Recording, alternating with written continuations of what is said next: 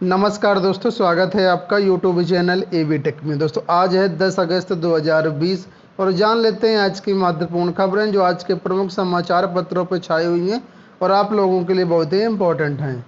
चलिए शुरुआत करते हैं आज के वीडियो की इस बीएड प्रवेश परीक्षा को लेकर के।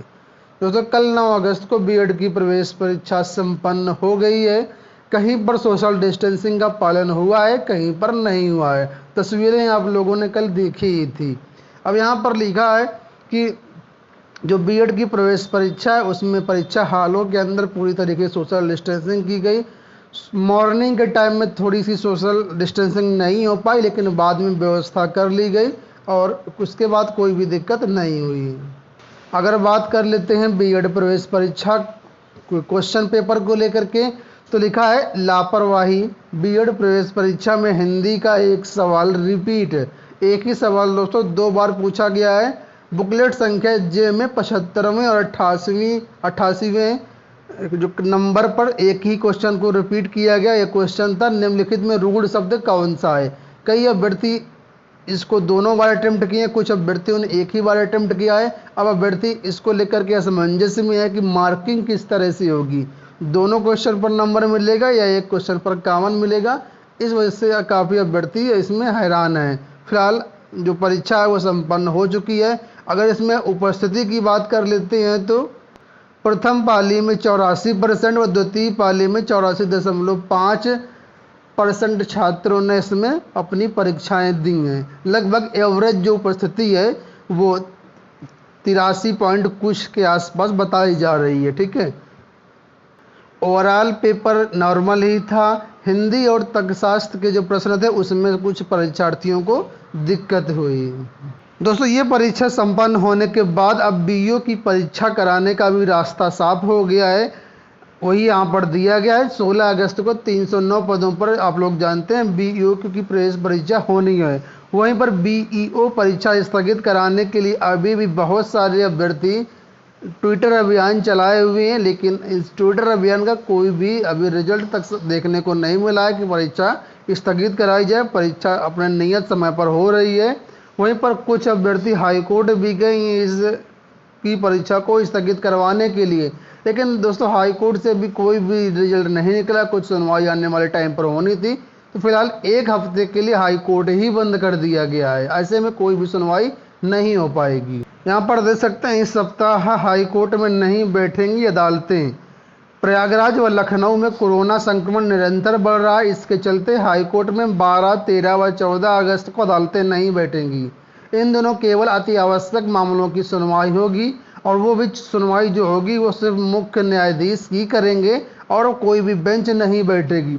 ऐसे में आप अब समझ सकते हैं कि 16 अगस्त को जब परीक्षा है और हाईकोर्ट 1 हफ्ते के लिए बंद कर दी गई, तो ऐसे में जो बीईओ का केस लगा था परीक्षा को स्थगित कराने को लेकर के, वो भी उस केस की सुनवाई जाहिर सी बात है नहीं हो पाएगी। ऐसे में प्रवेश परीक्षा जो है हो रही है ये तो अपने समय पर ही होगी। यहाँ पर जो अपडेट है वो है कि रेलवे यूनियनों ने चक्का जाम की चेतावनी दी। तो कई सारी मांगों को लेकर के रेलवे यूनियनों ने चक्का जाम किया और चेतावनी दी। देख लीजिए इनकी मांगे क्या क्या हैं। इनकी मांगे ये हैं कि महंगाई भत्ते पर लगी रोक हटे, 151 कारपोरेट ट्रेनों का आदेश रद्द हो, हाल ही में हुए 50% पद समाप्त करने का आदेश वापस हो, रिक्त पद भरे जाएं व संसाधन मिलें, पुरानी पेंशन व्यवस्था लागू हो, ट्रैक मेंटेनर का LDC quota open to all किया जाए, रेलवे में एक्ट अप्रेंटिस की भर्ती हो। कई सारी मांगों को लेकर के ये कल से स्ट्राइक पर थे और इनकी मांगों को लेकर के इन्होंने रेलवे यूनियन ने मिलकर के समर्थन किया। 69,000 शिक्षक भर्ती की बात कर लेते हैं तो स्कूल प्रबंधक समेत सभी आरोपी होंगे भगोड़ा घोषित। 69,000 सहायक शिक्षक भर्ती में वांटेड स्कूल प्रबंधक चंद्रमा यादव समेत अन्य आरोपियों के खिलाफ गैर जमानती वारंट लेने के बाद अब एसटीएफ उन्हें भगोड़ा घोषित कराने में लगी है। कोर्ट खुलते ही कार्रवाई की जाएगी। इसके बाद सभी आरोपियों के खिलाफ इनाम घोषित करवाया जाएगा। इस दौरान अगर उनकी गिरफ्तारी नहीं हुई तो पुलिस कोर्ट के आदेश पर उनके घरों की कुर्की भी करवाएगी, क्योंकि ये जो आरोपी हैं लगातार फरार हैं और अभी तक इनको एसटीएफ या कोई भी गिरफ्तार नहीं कर पा रहा है। पता नहीं कहाँ जा कर के ये छुप गए हैं। बात कर लेते हैं टीजीटी पीजीटी भर्ती की। दोस्तों टीजीटी पीजीटी की कई सारी मांगों को लेकर के उसमें से नई भर्ती 2020 का भी मामला है, बायोलॉजी का भी मामला है और कई सारे रिजल्ट का भी मामला है। इन सब मांगों को लेकर के जो आज अभ्यर्थी हैं वो चयन बोर्ड जाएंगे, वहाँ पर अपना ज्ञापन सौंपेंगे। ठीक है, जैसा कुछ अपडेट निकल के आएगा आने वाले वीडियोस में आपको अपडेट दिया जाएगा। वहीं पर यूपी बोर्ड के छात्रों को लेकर के बड़ी खबर है कि जो छात्र 9वीं एवं 11वीं में इस साल एडमिशन लिए हैं उनके लिए आज से स्वयं प्रभा चैनल पर ऑनलाइन पढ़ाई शुरू करवाई जाएगी। यहाँ पर देख सकते हैं कक्षा 9 और 11 के विद्यार्थियों के लिए सोमवार से स्वयं प्रभा चैनल पर कार्यक्रम शुरू हो रहा है। इसका प्रसारण 10 बजे से 12 बजे तक सुबह किया जाएगा। जो विद्यार्थी किसी कारण से इस कार्यक्रम को नहीं देख पाएंगे उनके लिए प्रसारण रिपीट किया जाएगा या रिपीट टेलीकास्ट होगा और ये शाम 4 बजे से 6 बजे के बीच किया जाएगा। तो स्वयं प्रभा चैनल पर आज से पढ़ाई स्टार्ट हो रही है।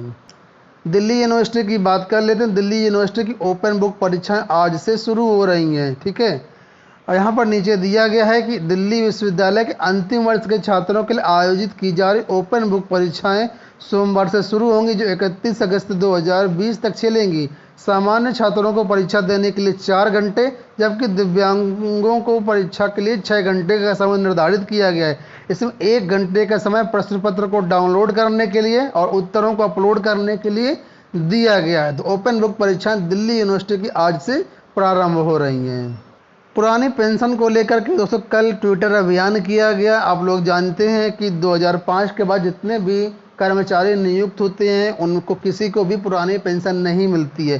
पुरानी पेंशन एक ऐसी स्कीम जिसमें एक फिक्स इनकम आपको मिलती थी पेंशन के रूप में, लेकिन नई पेंशन में क्या है, आपका पैसा शेयर मार्केट में इन्वेस्ट किया जाता है। कोई भी फिक्स नहीं है कितना मिलेगा कितना नहीं मिलेगा।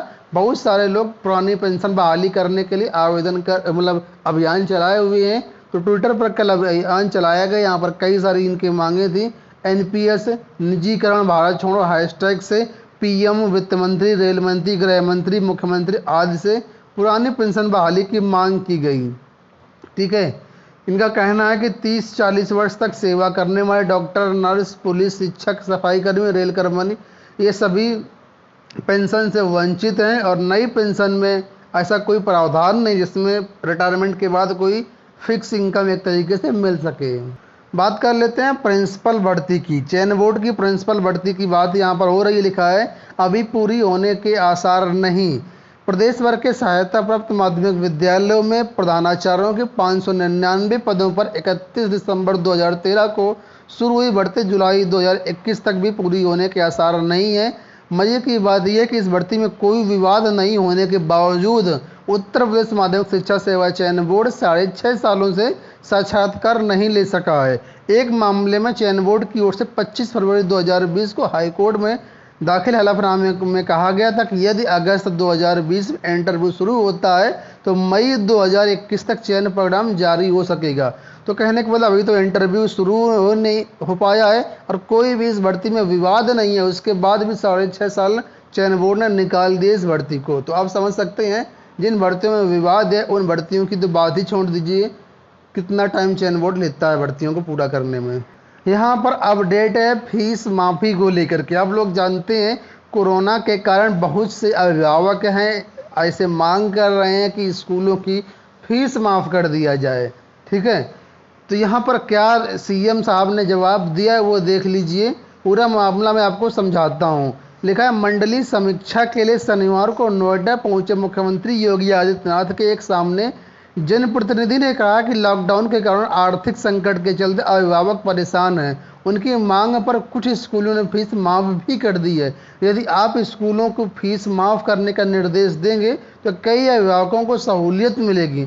जनप्रतिनिधि ने तर्क दिया कि वो शिक्षक रहे हैं और उन्होंने अभिभावकों का दर्द देखा है। इस पर मुख्यमंत्री ने जवाब दिया कि आप तनख्वाह नहीं लेंगे। इतना सुनते ही जनप्रतिनिधि के पास कोई जवाब नहीं था। मुख्यमंत्री ने कहा कि प्रदेश सरकार अपनी तरफ से गाइडलाइन जारी कर चुकी है, उसी के मुताबिक जिला प्रशासन भी गाइडलाइन तय कर चुके हैं। जो स्कूल फीस माफ़ करना चाहते हैं उनका स्वागत करना चाहिए।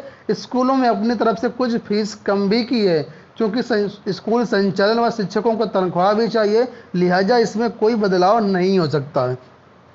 तो दोस्तों ये तो बात सही है कि अगर प्राइवेट स्कूल हैं वो बच्चों की फीस माफ़ कर देंगे, तो जो वहाँ पर शिक्षक कार्यरत हैं उनको वेतन कैसे देंगे, सैलरी कैसे देंगे?